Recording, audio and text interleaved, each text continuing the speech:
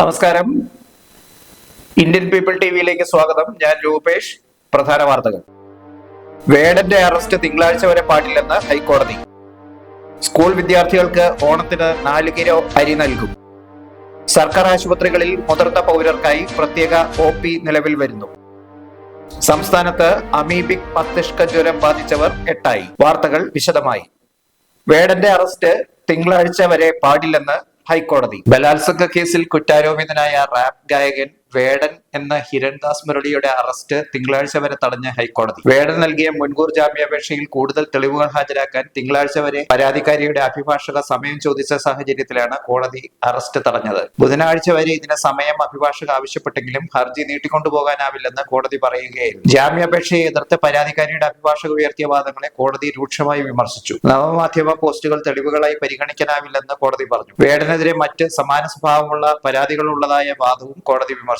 അത് ഈ കേസിന്റെ മെറിറ്റിനെ ബാധിക്കുന്നതല്ലെന്നും അവ കേസുകളായി കോടതിക്ക് മുന്നിൽ വരുമ്പോൾ അതിനെക്കുറിച്ച് പ്രതികരിക്കാമെന്നും കോടതി അഭിപ്രായപ്പെട്ടു. സ്കൂൾ വിദ്യാർത്ഥികൾക്ക് ഓണത്തിന് 4 കിലോ അരി നൽകും. സ്കൂൾ ഉച്ചഭക്ഷണ പദ്ധതിക്ക് കീഴിൽ വരുന്ന പ്രീ പ്രൈമറി മുതൽ 8ാം ക്ലാസ് വരെയുള്ള വിദ്യാർത്ഥികൾക്ക് ഓണത്തിന് 4 കിലോ വീതം അരി നൽകുമെന്ന് മന്ത്രി വി ശിവൻകുട്ടി. 24,77,337 കുട്ടികൾക്ക് ഇതിന് അർഹതയുണ്ടാവും. സപ്ലൈകോയുടെ കൈവശമുള്ള സ്റ്റോക്കിൽ നിന്നാവും അരി നൽകുക. അരി സപ്ലൈകോ സ്കൂളുകളിൽ നേരിട്ട് എത്തിച്ചു നൽകും. സർക്കാർ ആശുപത്രികളിൽ മുതിർന്ന പൗരർക്കായി പ്രത്യേക OP നിലവിൽ വരുന്നു. സർക്കാർ ആശുപത്രികളിൽ മുതിർന്ന പൗരർക്കായി ഓണസമ്മാനമായി പ്രത്യേകം OP അടുത്ത മാസം 1 മുതൽ സംസ്ഥാനത്തെ എല്ലാ താലൂക്ക് ആസ്ഥാന ജില്ലാ ജനറൽ സ്പെഷ്യലിസ്റ്റ് മെഡിക്കൽ കോളേജ് ആശുപത്രികളിലാണ് ഈ സൗകര്യം നടപ്പാക്കുകയെന്ന് മന്ത്രി വീണ ജോർജ് അറിയിച്ചു.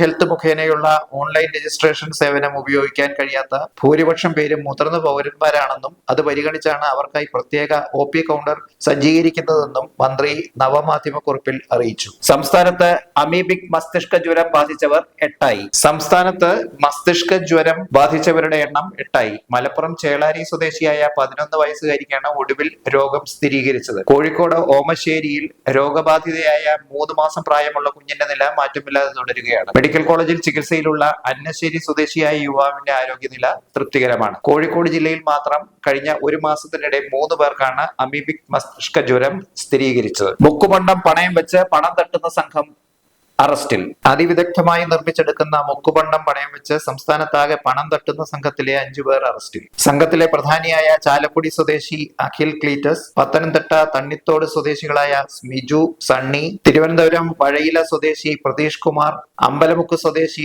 ഷെജിൻ എന്നിവരാണ് അറസ്റ്റിലായത്. അഖിൽ ക്ലീറ്റസും സ്മിജുവും നിരവധി കേസുകളിൽ ഉൾപ്പെട്ടവരാണെന്ന് പോലീസ് അറിയിച്ചു. തിരുവനന്തപുരം പേരൂർക്കടയിലെ സ്വകാര്യ സ്ഥാപനം നൽകിയ പരാതിയിൽ നടത്തിയ അന്വേഷണത്തിലാണ് സംഘം വലയിലായത്. വൻ കെട്ടുകാഴ്ചകൾക്ക് ഇനി കർശന നിയന്ത്രണം. ഉത്സവങ്ങൾ ഉൾപ്പെടെയുള്ള വിവിധ പരിപാടികൾക്ക് തയ്യാറാക്കുന്ന വൻ കെട്ടുകാഴ്ചകൾക്ക് ഇനിമേൽ കർശന നിയന്ത്രണം. ഊർജ്ജ വകുപ്പാണ് ഇത് സംബന്ധിച്ച് മാർഗരേഖ പുറത്തിറക്കിയത്. 1 മാസം മുമ്പ് കെട്ടുകാഴ്ചകൾക്ക് പോലീസ്, KSEB എന്നിവരുടെ അനുമതി വാങ്ങണം. വൈദ്യുത ലൈൻ മാറ്റൽ ഉൾപ്പെടെയുള്ള കാര്യങ്ങൾ ക്രമീകരിക്കാൻ 6 മാസം മുമ്പ് ഏർപ്പാടുകൾ ഒരുക്കണമെന്നും ഇതിനായി ബന്ധപ്പെട്ട കളക്ടറെ വിവരമറിയിച്ച് അനുമതി വാങ്ങണമെന്നും മാർഗരേഖയിലുണ്ട്. ഇക്കഴിഞ്ഞ 11-നാണ് മാർഗരേഖ പുറത്തിറക്കിയത്. റെയിൽവേ യാത്രക്കാർക്ക് ലഗേജ് പരിധി നടപ്പാക്കും. റെയിൽവേ യാത്രക്കാർക്ക് കൊണ്ടുപോകാവുന്ന ലഗേജിന് പരിധി നടപ്പാക്കുന്നു. പരിധിക്കപ്പുറം കൊണ്ടുപോകുന്നവർക്ക് പിഴ നൽകേണ്ടി വരും. AC ഫസ്റ്റ് ക്ലാസിന് 70 കിലോ, AC 2 ടയറിന് 50 കിലോ, AC 3 ടയറിന് 40 കിലോ, ജനറൽ ക്ലാസിന് 35 കിലോ എന്ന ക്രമത്തിലാവും നിയന്ത്രണം. Prayagraj Junction, Prayagraj Cheoki, Subedarganj, Mirzapur, Kanpur Central, Aligarh Junction, Etawah, Govindpuri എന്നീ സ്റ്റേഷനുകളിലാണ് തുടക്കത്തിൽ ലഗേജ് പരിധിയുടെ നിയന്ത്രണം നടപ്പാക്കുക. വീട്ടമ്മ പുഴയിൽ ചാടി ജീവനൊടുക്കിയ സംഭവം. ആരോപണ വിധേയരായ ദമ്പതികൾക്കെതിരെ ആത്മഹത്യാ പ്രേരണ കുറ്റം. വീട്ടമ്മ പുഴയിൽ ചാടി ജീവനൊടുക്കിയ സംഭവത്തിൽ അയൽവാസികളായ ദമ്പതികൾക്കെതിരെ ആത്മഹത്യാ പ്രേരണ കുറ്റം. എറണാകുളം കോട്ടുവള്ളി സ്വദേശി 42-കാരി ആശ ബെന്നിയുടെ മരണത്തിലാണ് അയൽവാസികളായ ബിന്ദു, ഭർത്താവും റിട്ടയർഡ് പോലീസുകാരനുമായ പ്രദീപ് എന്നിവർക്കെതിരെ ആത്മഹത്യാ പ്രേരണ കുറ്റം ചുമത്തുന്നത്. ബിന്ദുവിന്റെ കയ്യിൽ നിന്ന് ആശ 10 ലക്ഷത്തോളം രൂപ വാങ്ങിയിരുന്നതായി പറയുന്നുണ്ട്. വട്ടിപ്പലിശയുടെ പേരിൽ ബിന്ദുവും പ്രദീപും നിരന്തരമായി ഭീഷണിപ്പെടുത്തുന്നത് താങ്ങാനാവാതെയാണ് ആശ ജീവനൊടുക്കിയതെന്നാണ് പരാതി. കഴിഞ്ഞ ദിവസം ഭീഷണിയെക്കുറിച്ച് ആലുവ റൂറൽ SP-ക്ക് ആശ പരാതി നൽകിയിരുന്നതായും തുടർന്ന് പറവൂർ പോലീസ് 2 കൂട്ടരെയും സ്റ്റേഷനിൽ വിളിച്ചു വരുത്തി സംസാരിച്ചിരുന്നതായുമാണ് വിവരം. പക്ഷേ രാത്രി വീണ്ടും ആരോപണ വിധേയരായ ബിന്ദുവും പ്രദീപും ആശയുടെ വീട്ടിലെത്തി ഭീഷണി മുഴക്കിയെന്നും ഈ മനോവേദനയിലാണ് ആശ ജീവനൊടുക്കിയതെന്നുമാണ് കുടുംബം പറയുന്നത്. സമാന സൂചനയുള്ള ആശയുടെ കുറിപ്പ് പോലീസ് കണ്ടെത്തിയിരുന്നു. പക്ഷേ ബിന്ദുവിനും ആശയ്ക്കുമിടയിൽ ഉണ്ടായിരുന്നതായി പറയുന്ന പണമിടപാടിൽ ദുരൂഹതയുണ്ടെന്നാണ് പോലീസ് പറയുന്നത്. മുനമ്പം ഡിവൈഎസ്പിയുടെ നേതൃത്വത്തിലാണ് കേസ് അന്വേഷണം. രാഹുൽ ഗാന്ധിയുടെ പ്രവർത്തനങ്ങൾക്ക് പ്രവർത്തകർ മുതൽക്കൂട്ടാവണമെന്ന് PV മോഹൻ. സംശുദ്ധമായ ജനാധിപത്യ രാഷ്ട്രത്തിനായി അക്ഷീണം പ്രവർത്തിച്ചുകൊണ്ടിരിക്കുന്ന രാഹുൽ ഗാന്ധിയുടെ പ്രവർത്തനങ്ങൾക്ക് മുതൽക്കൂട്ടായി പാർട്ടി പ്രവർത്തകർ മാറണമെന്ന് AICC സെക്രട്ടറി PV മോഹൻ ആഹ്വാനം ചെയ്തു. പാലക്കാട് DCC നേതൃത്വത്തിൽ രാജീവ് ഗാന്ധിയുടെ ജന്മദിനത്തിന്റെ ഭാഗമായി സംഘടിപ്പിച്ച സദ്ഭാവന ദിനാചരണം ഉദ്ഘാടനം ചെയ്ത് സംസാരിക്കുകയായിരുന്നു അദ്ദേഹം. DCC പ്രസിഡന്റ് A തങ്കപ്പന്റെ അധ്യക്ഷതയിലായിരുന്നു യോഗം. KPCC ഭാരവാഹികളായ C ചന്ദ്രൻ, KA തുളസി, PV രാജേഷ്, ഹരിഗോവിന്ദൻ എന്നിവർ സംസാരിച്ചു. എറണാകുളത്ത് വാഹന അപകടം, 20 വിദ്യാർത്ഥികൾക്ക് പരിക്കേറ്റു. നിയന്ത്രണം വിട്ട ടോറസ് വണ്ടി സ്കൂൾ വിദ്യാർത്ഥികളുമായി പോവുകയായിരുന്ന വാഹനത്തിന് പിന്നിലിടിച്ച് 20 വിദ്യാർത്ഥികൾക്ക് പരിക്കേറ്റു. എറണാകുളം മൂവാറ്റുപുഴ മണിയാംകുളം കവലയിലാണ് അപകടം സംഭവിച്ചത്. ഇടിയുടെ ആഘാതത്തിൽ സ്കൂൾ വിദ്യാർത്ഥികളുടെ വാഹനം വിദ്യാർത്ഥികളുമായി പോയിരുന്ന മറ്റൊരു വാഹനത്തിന് പിന്നിലിടിച്ചു. ഇരു വാഹനങ്ങളിലും ഉണ്ടായിരുന്ന വിദ്യാർത്ഥികൾക്കാണ് പരിക്കേറ്റത്. ആരുടെയും പരിക്ക് സാരമുള്ളതല്ല. ഇടവേള. പാലക്കാട് വരുമ്പോ പുതിയ കമ്മൽ വാങ്ങിച്ചരാന്ന് പറഞ്ഞിട്ട് ഒരു ചമ്മലും ഇല്ല അല്ലെ? എന്തിനാ ഒരു കമ്മലാക്കുന്നേ? ഒരു ആഭരണ ഫാക്ടറിയിലേക്ക് എന്നെ കൊണ്ടുപോയേക്കാം. ഇഷ്ടം പോലെ വാങ്ങിച്ചു. ആഭരണ ഫാക്ടറിയോ? എവിടെ? ഇവിടെ പാലക്കാട് തന്നെ. വേഗം റെഡി ആയിക്കോ, പോവാം.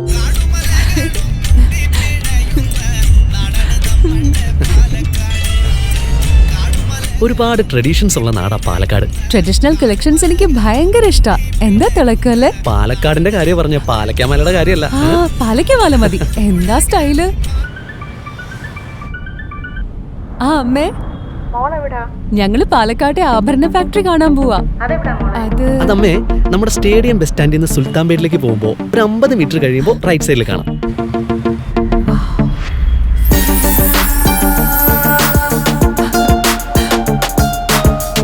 എന്താ സ്റ്റൈല്? കൊള്ളാലേ? Antique Chettinad temple light weight. ഏതാ വേണ്ടത്? എല്ലാം.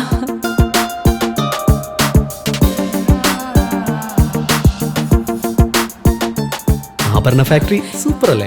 Trinity super. കേരളത്തിലെ ഏറ്റവും വലിയ ഹോൾസെയിൽ ജ്വല്ലറിയായ ട്രിനിറ്റി ഗോൾഡിന്റെ പാലക്കാട് ഷോറൂമിൽ നിന്ന് 100% 916 HUID സ്വർണ്ണാഭരണങ്ങൾ ഇനി നിങ്ങൾക്കും തൃശൂരിലെ അതേ ഫാക്ടറി വിലയിൽ സ്വന്തമാക്കാം.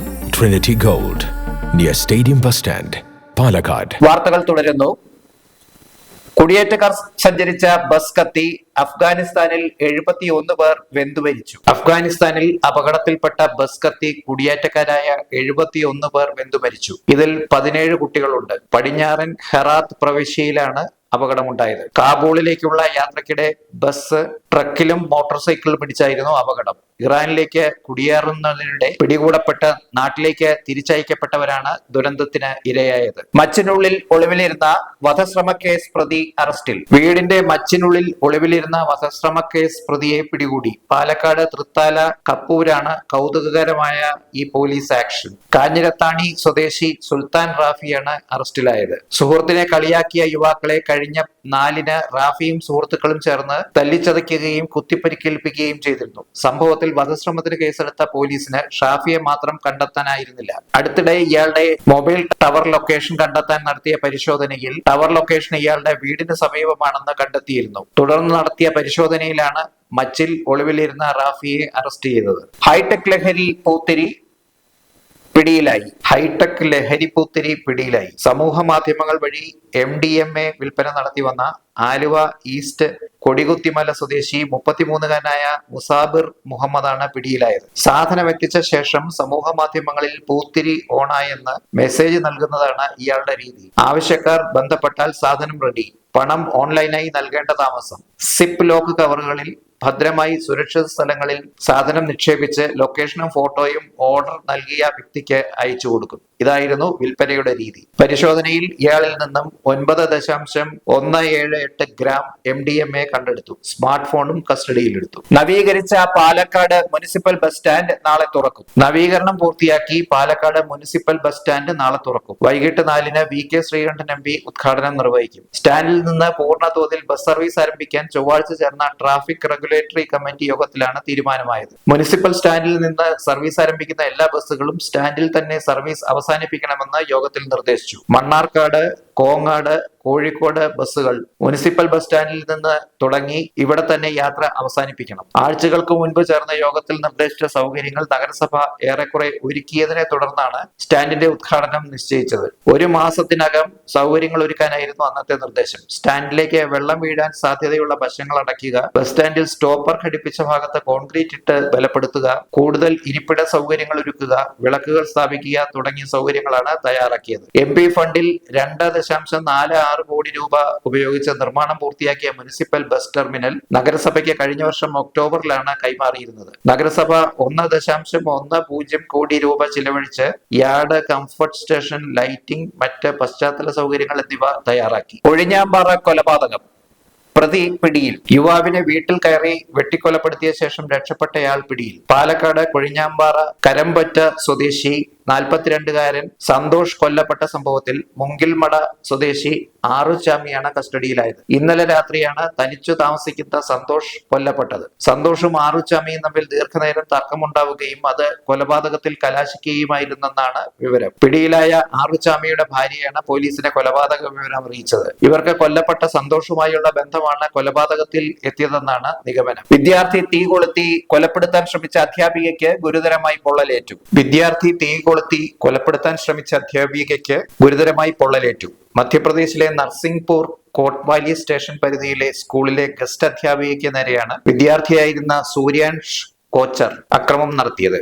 തനിക്കെതിരെ അധ്യാപിക പരാതിപ്പെട്ടതാണ് വിദ്യാർത്ഥിയെ അക്രമത്തിന് പ്രേരിപ്പിച്ചതെന്നാണ് വാർത്ത. അധ്യാപികയുടെ വീട്ടിലെത്തിയ സൂര്യാൻഷ് പൊടുന്നനെ അധ്യാപികയുടെ ദേഹത്ത് പെട്രോൾ ഒഴിച്ച് തീ കൊളുത്തിയ ശേഷം രക്ഷപ്പെടുകയായിരുന്നു. സൂര്യാൻഷ് അധ്യാപികയുടെ മുമ്പ് പ്രണയാഭ്യർത്ഥന നടത്തിയിരുന്നതായും തുടർന്ന് അധ്യാപിക സ്കൂൾ അധികൃതർക്ക് പരാതി നൽകിയെന്നും ഇതോടെ ഇയാളെ സ്കൂളിൽ നിന്ന് പുറത്താക്കിയിരുന്നെന്നുമാണ് വിവരം. പ്രായപൂർത്തിയെത്താത്ത പെൺകുട്ടിക്ക് നേരെ ലൈംഗിക ചൂഷണം നടത്തിയയാൾക്ക് 55 വർഷം കഠിന തടവും 4.3 ലക്ഷം പിഴയും. പ്രായപൂർത്തിയെത്താത്ത പെൺകുട്ടിയെ ലൈംഗികമായി ചൂഷണം ചെയ്ത 40-കാരന് 55 വർഷം കഠിന തടവും 4.3 ലക്ഷം പിഴയും ശിക്ഷ വിധിച്ചു. മലപ്പുറം കരിപ്പൂർ കുമ്മിണിപ്പറമ്പ് സ്വദേശി ഷമീർ അലി മൻസൂറിനെയാണ് മഞ്ചേരി അതിവേഗ പ്രത്യേക കോടതി ജഡ്ജ് AM അഷ്റഫ് ശിക്ഷിച്ചത്. കഴിഞ്ഞ സെപ്റ്റംബർ 12-നാണ് കേസിനാസ്പദമായ പീഡനം നടന്നത് എന്നാണ് പരാതി. ലോഡ്ജ് മുറിയിൽ വെച്ചാണ് പീഡനം നടന്നതത്രേ. നിലവിൽ തവനൂർ ജയിലിൽ ഷമീർ അലി 18 വർഷത്തെ കഠിന തടവ് അനുഭവിച്ചു വരികയാണ്. പ്രധാന വാർത്തകൾ ഒരിക്കൽ കൂടി. വേടന്റെ അറസ്റ്റ് തിങ്കളാഴ്ച വരെ പാടില്ലെന്ന് ഹൈക്കോടതി. സ്കൂൾ വിദ്യാർത്ഥികൾക്ക് ഓണത്തിന് 4 കിലോ അരി നൽകും. സർക്കാർ ആശുപത്രികളിൽ മുതിർന്ന പൗരർക്കായി പ്രത്യേക OP നിലവിൽ വരുന്നു. സംസ്ഥാനത്ത് അമീബിക് മസ്തിഷ്ക ജ്വരം ബാധിച്ചവർ 8 ആയി. വാർത്തകൾ സമാപിച്ചു. നന്ദി, നമസ്കാരം.